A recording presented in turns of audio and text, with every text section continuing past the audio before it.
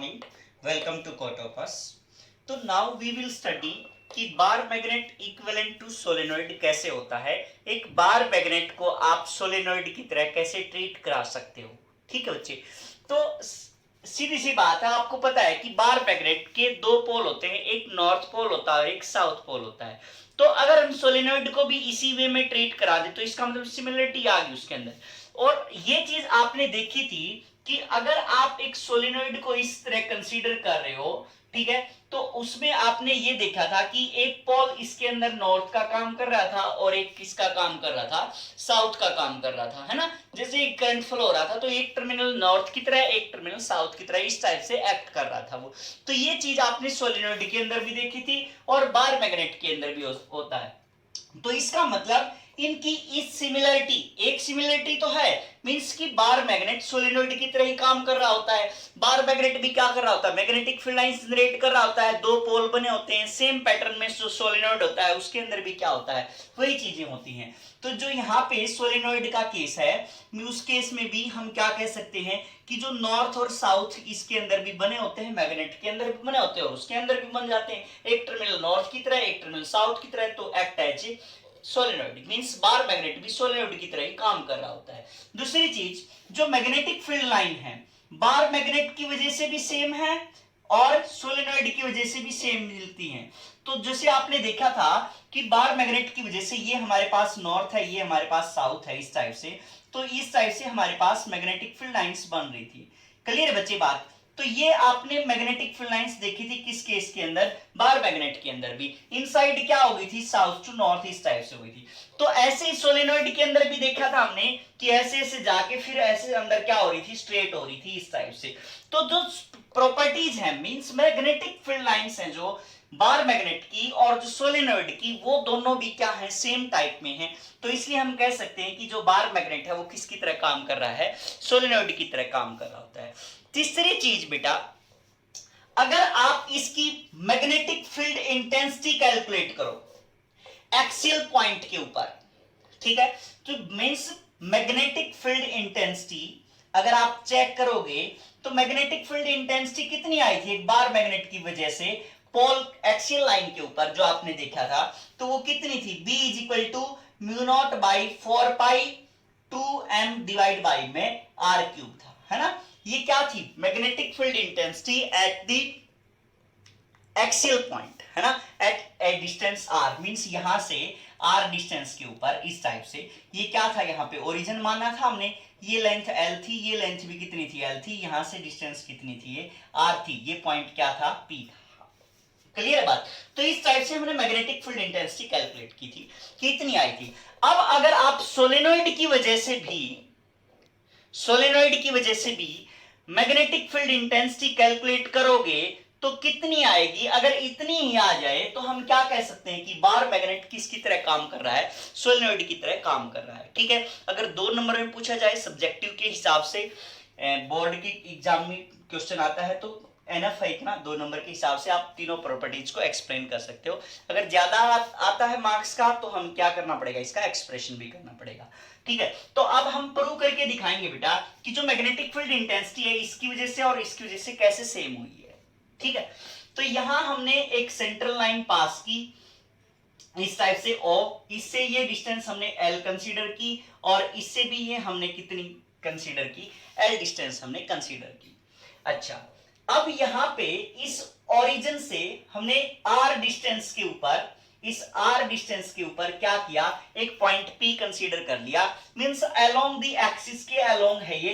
तो इस टाइप से आपने इसके ऊपर क्या करनी है, मैग्नेटिक फील्ड इंटेंसिटी कैलकुलेट करनी है। ठीक है, अब सीधी सी बात बेटा कि जो सोलेनोइड है that is combination of ring, है ना, रिंग का कॉम्बिनेशन है। ये आपने सोलेनोइड देखा है ना, मींस इस टाइप से, तो ये क्या है, कॉम्बिनेशन ऑफ रिंग है। मींस हमने यहां से ये सेंटर मान के इससे ये डिस्टेंस L मान ली, इससे इस साइड वाली डिस्टेंस हमने क्या मान ली, L मान ली, और इससे एक्सियल डिस्टेंस पे, एक्सियल पॉइंट पे यहां हमने क्या मानना है, एक पॉइंट P मानना है that is situated at distance R। तो यहां हमने मैग्नेटिक फील्ड इंटेंसिटी कैलकुलेट करनी है। ठीक बेटा, तो अब हमें ये पता लग गया कि that is combination of ring. तो एक रिंग की वजह से आपने मैग्नेटिक फील्ड इंटेंसिटी कैलकुलेट की थी। मैग्नेटिक फील्ड इंटेंसिटी रिंग की वजह से अगर आपको ध्यान हो तो mu naught by 4 pi 2 N I A divide by में are square plus A square की पावर 3/2 आई थी, है ना। मैग्नेटिक फील्ड इंटेंसिटी रिंग की वजह से हमारे पास ये आई थी 2NIA डिवाइड बाई में are square plus x square की पावर 3/2। क्लियर बच्चे बात। तो अब आप एक बात बताओ कि इस रिंग से अगर मान लीजिए ये एक रिंग है, इससे ये डिस्टेंस अलग है, इससे ये डिस्टेंस अलग है, तो डिस्टेंस है हर रिंग से क्या हो रही है, चेंज हो रही है ना। हर बार डिस्टेंस क्या हो रही है, चेंज हो रही है। तो उस केस में हमें क्या करना पड़ेगा, we will go for integration. Symmetry है तो उस हिसाब से हमने क्या किया, यहां से x डिस्टेंस पे जाके dx की एक स्ट्रिप ले ली, है ना। x डिस्टेंस पे जाके dx की एक स्ट्रिप ले ली। इस dx स्ट्रिप के अंदर कितनी भी रिंग आ सकती हैं। जैसे मैंने यहां से ये सेंट्रल लाइन है और इससे जो dx ली है, ये वाली dx कंसीडर कर ली मैंने कि इससे ये इतनी dx है, तो इस dx के अंदर नंबर ऑफ टर्न्स कितनी आ सकती है, जैसे 1 2 3 इस साइड से आपने कैलकुलेट कर ली। तो ऐसे ही हम इसके अंदर भी कैलकुलेट कर सकते हैं कि dx के अंदर कितनी नंबर ऑफ टर्न्स आएंगी, ठीक है। तो उसके बिहाफ पे हमें क्या करना है, जैसे अगर लेंथ होती 1 मीटर तो number of turns per unit length को हम स्मॉल एन से रिप्रेजेंट करते थे। इसका मतलब क्या था कि अगर 1 मीटर लेंथ है तो उसमें नंबर ऑफ टर्न्स कितनी है, n है। तो अगर हमारे पास dx मीटर है तो नंबर ऑफ टर्न्स कितनी आ जाएंगी, n इंटू dx आ जाएंगी। ये हमारे पास क्या आ जाएंगे बेटा, नंबर ऑफ टर्न्स आ जाएंगी। क्लियर है बात। तो हमने इसमें क्या कर ली, नंबर ऑफ टर्न्स इस स्ट्रिप के अंदर कैलकुलेट कर ली। अब ये हमने कंसीडर कर लिया कि भाई ये इतनी मोटी रिंग है, एक रिंग कंसीडर करके इसकी वजह से हमें मैग्नेटिक फील्ड कैलकुलेट करनी है, ठीक है। तो इसकी वजह से मैग्नेटिक फील्ड dB आएगी जो, फिर उसका क्या कर देंगे, इंटीग्रेशन कर देंगे। तो dB इक्वल टू क्या हो जाएगा बेटा, एक की वजह से इस टाइप से हमने देखा म्यू नॉट बाई 4 पाई, है ना, mu naught by 4 pi 2IA लिख दिया। n नंबर ऑफ टर्न्स कितनी है इसके अंदर, ndx है, तो मैंने ndx लिख दिया यहां पे। क्लियर है। उसके बाद आर स्क्वायर, आर क्या थी, डिस्टेंस। अब dx से ये डिस्टेंस कितनी रह जाएगी, r माइनस एक्स रह जाएगी, है ना। कितनी रह जाएगी बेटा, यहाँ पे डिस्टेंस से r माइनस एक्स रहेगी। तो इसका मतलब मैंने लिख दिया यहाँ पे कि r माइनस एक्स का होल स्क्वायर प्लस ए क्या था, diameter of the ring, sorry radius of the ring. तो रेडियस ऑफ रिंग ये हमारे पास क्या आ जाएगी, ए आ जाएगी। तो मैंने यहां पे लिख दिया ए स्क्वायर, उसकी पावर क्या लिख देंगे, 3/2 लिख देंगे। क्लियर बात। अब उसके बाद एक चीज देखो आप, इसके अंदर अगर हम अप्रोक्सीमेशन लगाएं कि r की वैल्यू ग्रेटर देन x है, मींस ये जो आपने x कंसीडर किया इसके पास में है, तो उसके कंपैरिजन में मींस r बहुत बड़ा है, तो उसमें से x की वैल्यू सब्ट्रैक्ट या ऐड करोगे कोई खास फर्क नहीं पड़ेगा। मींस जो ये वाली टर्म है x को हम क्या कर सकते हैं, नेग्लेक्ट कर सकते हैं, x कैन बी नेग्लेक्टेड। अगर आप x को नेग्लेक्ट कर रहे हो तो इन दैट केस क्या बचेगी, ये वाली टर्म क्या बच जाएगी हमारे पास, आर स्क्वायर प्लस ए स्क्वायर की पावर क्या बच जाएगी, 3/2 बच जाएगी, है ना। ये टर्म की बात कर रहा हूं बेटा मैं, नीचे वाली टर्म ये किस में रिड्यूस हो जाएगी, आर स्क्वायर प्लस ए स्क्वायर की पावर 3/2। अब आपको पता है कि सोलेनॉइड में जो उसका डायमीटर होता है that is very very small as compare to its length. Means ये जो A है ये भी क्या मिलेगा आपको, बहुत स्मॉल मिलेगा इसके कंपैरिजन में। तो इसका मतलब A also can be neglected, है ना, A also can be neglected. A को भी हमने क्या कर दिया, नेग्लेक्ट कर दिया। तो अगर ये भी नेग्लेक्ट हो गया तो क्या बचा हमारे पास, आर स्क्वायर 3/2, तो क्या बचा, आर क्यूब बचा। मींस इसको हम अप्रोक्सीमेशन का यूज करके क्या लिख सकते हैं, आर क्यूब लिख सकते हैं।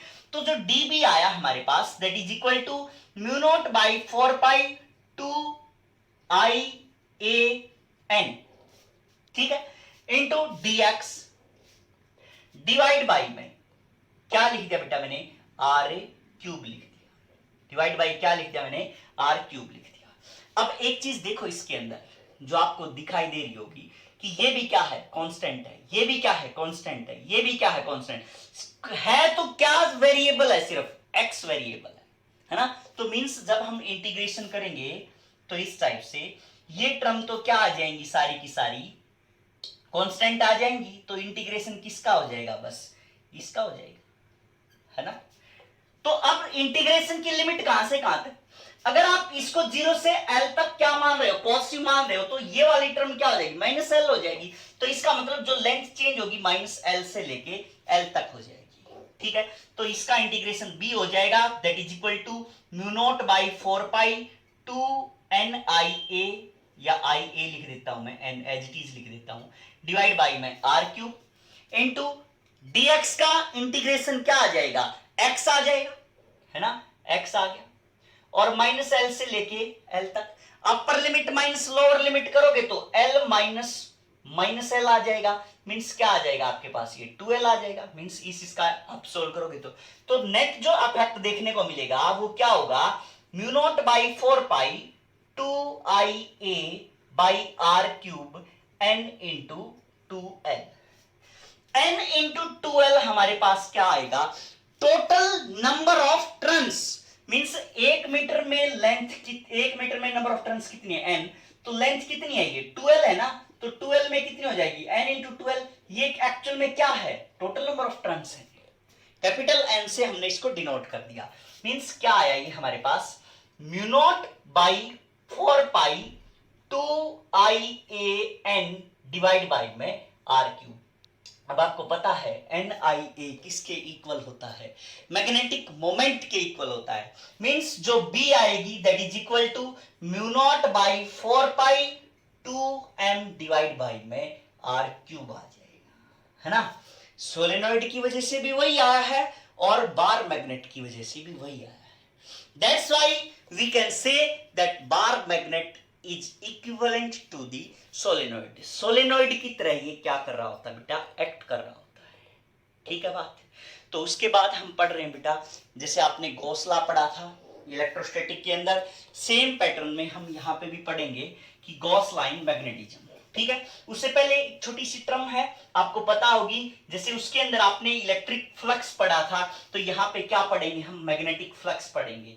तो मैग्नेटिक फ्लक्स और फिर उसके बाद गॉस लाइन मैग्नेटिज्म साथ में ही करेंगे। तो मैग्नेटिक फ्लक्स क्या होती है, means number of magnetic field lines passing through an area, एक पर्टिकुलर एरिया में से जो मैग्नेटिक फील्ड लाइंस पास होगी तो वो क्या बन जाएगी, उसकी मैग्नेटिक फ्लक्स बन जाएगी, है ना। तो मैग्नेटिक फ्लक्स की अगर आप बात करोगे, मैग्नेटिक फ्लक्स किससे डिनोट कर रहे हैं बेटा, फाई से ही इसको डिनोट करेंगे। ये मैग्नेटिक है तो क्या लगा देंगे यहाँ पे, फाई बी लगा देंगे, ठीक है, फाई बी आ जाएगी हमारे पास, मैग्नेटिक फ्लक्स आ जाएगी। क्लियर है बच्चे बात, ठीक है। तो अब जो number of magnetic field lines passing through an area, ये अगर आपने एरिया कंसीडर किया है तो यहां से जितनी भी मैग्नेटिक फील्ड लाइंस इसमें से पास हो रही हैं तो वो क्या हो जाएगी, उसकी मैग्नेटिक फ्लक्स हो जाएगी, ठीक है। इस मैग्नेटिक फ्लक्स को हम किसके अंदर मेजर कर रहे होते हैं बेटा, वेबर के अंदर WB लिख देते हैं, वेबर, इसके अंदर हम क्या कर रहे होते हैं, मेजर कर रहे होते हैं, ठीक है। एक चीज और आती है कि magnetic flux density, magnetic flux density, magnetic flux density और कुछ नहीं होता है, magnetic flux density magnetic field intensity को ही बोल रहे होते हैं, ठीक है। मींस हम क्या कर देंगे इसको, एरिया से अगर हम पर्टिकुलर एरियाज मतलब यूनिटी एरिया से अगर हम पास कराएंगे तो क्या बन जाएगी हमारे पास, ये मैग्नेटिक फ्लक्स डेंसिटी बन जाएगी। Means magnetic flux per unit area की अगर आप बात करोगे तो क्या बन जाएगी हमारे पास, मैग्नेटिक फ्लक्स डेंसिटी बन जाएगी, मैग्नेटिक फ्लक्स डेंसिटी बन जाएगी। क्लियर बेटा बात, ठीक है। तो मैग्नेटिक फ्लक्स वेबर, एरिया क्या होता है per metre square, weber per metre square किसके इक्वल, मैग्नेटिक फील्ड इंटेंसिटी की भी यूनिट आपने पढ़ी थी, तो वेबर पर मीटर स्क्वायर क्या होता है बेटा, टेस्ला होता है ना। तो जो हमारे पास इसकी मैग्नेटिक फ्लक्स की यूनिट आएगी तो वेबर है, वेबर किसके इक्वल आ जाएगा, टेस्ला मीटर स्क्वायर को हम क्या बोल देंगे, वेबर बोल देंगे। मींस जो मैग्नेटिक फ्लक्स की यूनिट है एक तो क्या आ गई, वेबर आ गई, और दूसरी क्या आ जाएगी, टेस्ला मीटर स्क्वायर क्या आ जाएगी, इसकी यूनिट आ जाएगी। क्लियर है बच्चे बात? ठीक है, तो ये हमारे पास किसके रिगार्डिंग था? मैग्नेटिक फ्लक्स के रिगार्डिंग था। अब सेम पैटर्न में मींस मैंने इलेक्ट्रोस्टैटिक पढ़ रहे थे तब बताया था कि एक पर्टिकुलर एरिया में से चाहे एयर पास हो रही है तो एयर की फ्लक्स, ठीक है, इलेक्ट्रिसिटी पास हो रही है, मैग्नेटिक फील्ड पास हो रही है, इलेक्ट्रिक फील्ड लाइंस पास हो रही है, तो जो भी पास हो रहा है उसके कॉरस्पॉन्डिंग क्या बन जाएगी? उसकी फ्लक्स बन जाएगी। ठीक है, तो flux is not a big deal. तो अब हम पढ़ेंगे कि Gauss law in magnetism, Gauss law in magnetism. ठीक है, मैग्नेटिज्म के अंदर गॉस लॉ को आप किस सेंस में देखोगे? एक चीज देखो, आप इलेक्ट्रोस्टैटिक के अंदर आपने जो पढ़ा था कि फ्लक्स, इलेक्ट्रोस्टैटिक में गॉस लॉ क्या था? फ्लक्स इलेक्ट्रोस्टैटिक किसके equal? E dot ds over the close surface, है ना, ओवर द क्लोज सरफेस किसके इक्वल था? Q बाई में एप्सिलॉन नॉट के इक्वल था। ठीक है, लेकिन उसके अंदर तो क्या पॉसिबिलिटी थी कि क्यों चार्ज होता था जो पॉजिटिव भी हो सकता था और नेगेटिव भी हो सकता था। मींस सिंगल चार्ज क्या कर सकता था? एग्जिस्ट कर सकता था, दैट मे बी पॉजिटिव और नेगेटिव, जिस भी हिसाब का हो वो कोई दिक्कत वाली बात नहीं थी, हम उसके अंदर गॉस लॉ अप्लाई कर सकते थे। ठीक है, लेकिन जब हम मैग्नेटिज्म के अंदर बात करेंगे तो जो हमारे पास, क्योंकि सिमेट्री को फॉलो कर रहे हैं अगर हम इसको, तो B डॉट ds, है ना, क्या लिखेंगे? E की जगह पे कौन आ जाएगा? B आ जाएगा, ds की जगह पे क्या आ जाएगा? ds आ जाएगा। ठीक है, B डॉट ds और दी जो क्लोज सरफेस, यहां पे क्या आ जाएगा? 0 आ जाएगा। क्लियर है बात? तो यहां पे क्या होता है बेटा? एक्सेप्शन हो जाता है, उसके एनालॉजी यहां पे फॉलो नहीं हो रही होती। मींस जो लाइन इंटीग्रल ऑफ जो यहां पे क्लोज सरफेस के थ्रू आप देख रहे होगे कि पूरे क्लोज सरफेस के अंदर जितनी भी मैग्नेटिक फील्ड लाइंस पास हो रही होंगी उनके बारे में एक बार सोच के देखो। अगर ये आपने गॉसियन सरफेस ड्रा किया है ना, गॉसियन सरफेस कैसा है? ये रिंग है या स्फीयर है? स्फीयर है, क्योंकि Gaussian surface that should be close from all side, her side से क्या होना चाहिए? गॉसियन सरफेस कर्व्ड होना चाहिए। इस टाइप से हमारे पास ही Gaussian surface, that is not form of ring, means hollow sphere है ये। क्लियर है बात? अच्छा, अब इसके अंदर आपने क्या रखा? एक छोटा सा मैग्नेट रखोगे आप, है ना, मींस इसके अंदर आपने क्या रख दिया था? एक छोटा सा चार्ज रख दिया था यहां पे।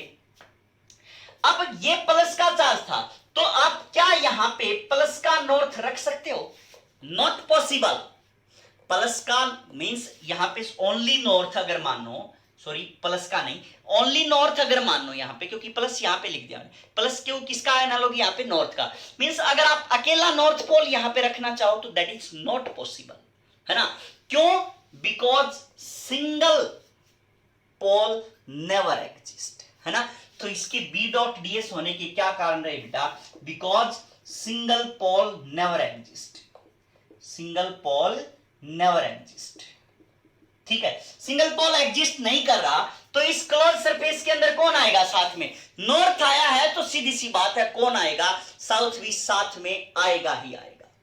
ठीक है, अब अगर आप मैग्नेटिक फील्ड लाइंस की बात करोगे तो इस टाइप से होगी ये, है ना। जितनी फील्ड लाइन आ रही है, जितनी फील्ड लाइंस अंदर आ रही है उतनी बाहर जा रही है, ये बाहर जा रही है। ठीक है, मींस अगर आप ऐसे मान के चलोगे तो इस टाइप से भी, तो ये फील्ड क्या होगी? ये तो बाहर गई और ये क्या होगी? अंदर। एक अंदर जा रही है, एक बाहर आ रही है। ऐसे ही हर केस में आप क्या क्या मिलेगा कि number of entering lines is equal to number of exit lines.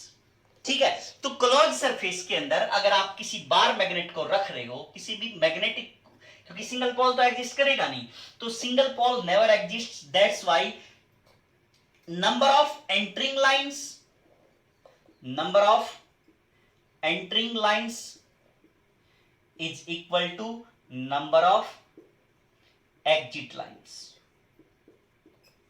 ठीक है, तो that's why क्या बन जाता है? B dot ds is equal to 0 बोल देते हैं। इसकी वैल्यू क्या आ जाती है बेटा? 0 आ जाती है। दूसरा रीजन आप ये भी दे सकते हो यहां पे, जैसे आपने इसके अंदर पढ़ा कि Q बाई में एप्सिलॉन नॉट होता है ना। अब Q का एनालॉगी कौन है? पोल स्ट्रेंथ होती है, M होती है, और 1 बाई एप्सिलॉन नॉट का एनालॉगी कौन होता है? म्यू नॉट होता है। ये चीजें आपने पढ़ी हैं, ठीक है, तो अगर आप ई डॉट डीएस इसके कॉरस्पॉन्डिंग लिखोगे, नॉर्थ पोल के कॉरस्पॉन्डिंग अगर आप बी डॉट डीएस लिखोगे, जैसे उसमें ई डॉट डीएस लिखा हुआ, तो B dot DS corresponding to north pole अगर आप लिख रहे हो, तो that will be equal to, Q की जगह पे पोल स्ट्रेंथ लिख दी मैंने, एम लिख दी, ठीक है, 1/एप्सिलॉन नॉट था, उसके एनालॉगी में क्या लिख दिया मैंने, म्यू नॉट लिख दिया, तो म्यू नॉट इंटू में एम आ गई। ये हमारे पास किसकी वजह से आ गई, नॉर्थ पोल की वजह से आ गई। अब अगर आप साउथ की वजह से लिखो, बी डॉट डीएस किसकी वजह से, साउथ की वजह से लिखो, तो क्या आएगी, म्यू नॉट इंटू में, क्योंकि एक की पोल स्ट्रेंथ प्लस मान लिया आपने, तो दूसरे की क्या आ जाएगी, माइनस आएगी, है ना, मैग्नीट्यूड तो क्या रहेगा, सेम रहेगा, तो यहां पे क्या आ जाएगी, इसकी वजह से माइनस आ जाएगी। तो अगर आप total B dot DS calculate करोगे फॉर द क्लोज सरफेस, तो क्या आएगी, mu naught M minus mu naught M आ जाएगी, इससे ये क्या हो जाएगी, कैंसिल, तो भी क्या आ जाएगी, जीरो आ जाएगी। क्लियर है बच्चे बात, ठीक है। तो गॉस लाइन मैग्नेटिज्म में आपने क्या बोलना है कि जो हमारे पास बी डॉट डीएस की वैल्यू होगी, ठीक है, तो वो उसकी वैल्यू क्या होगी, यहां पे जीरो।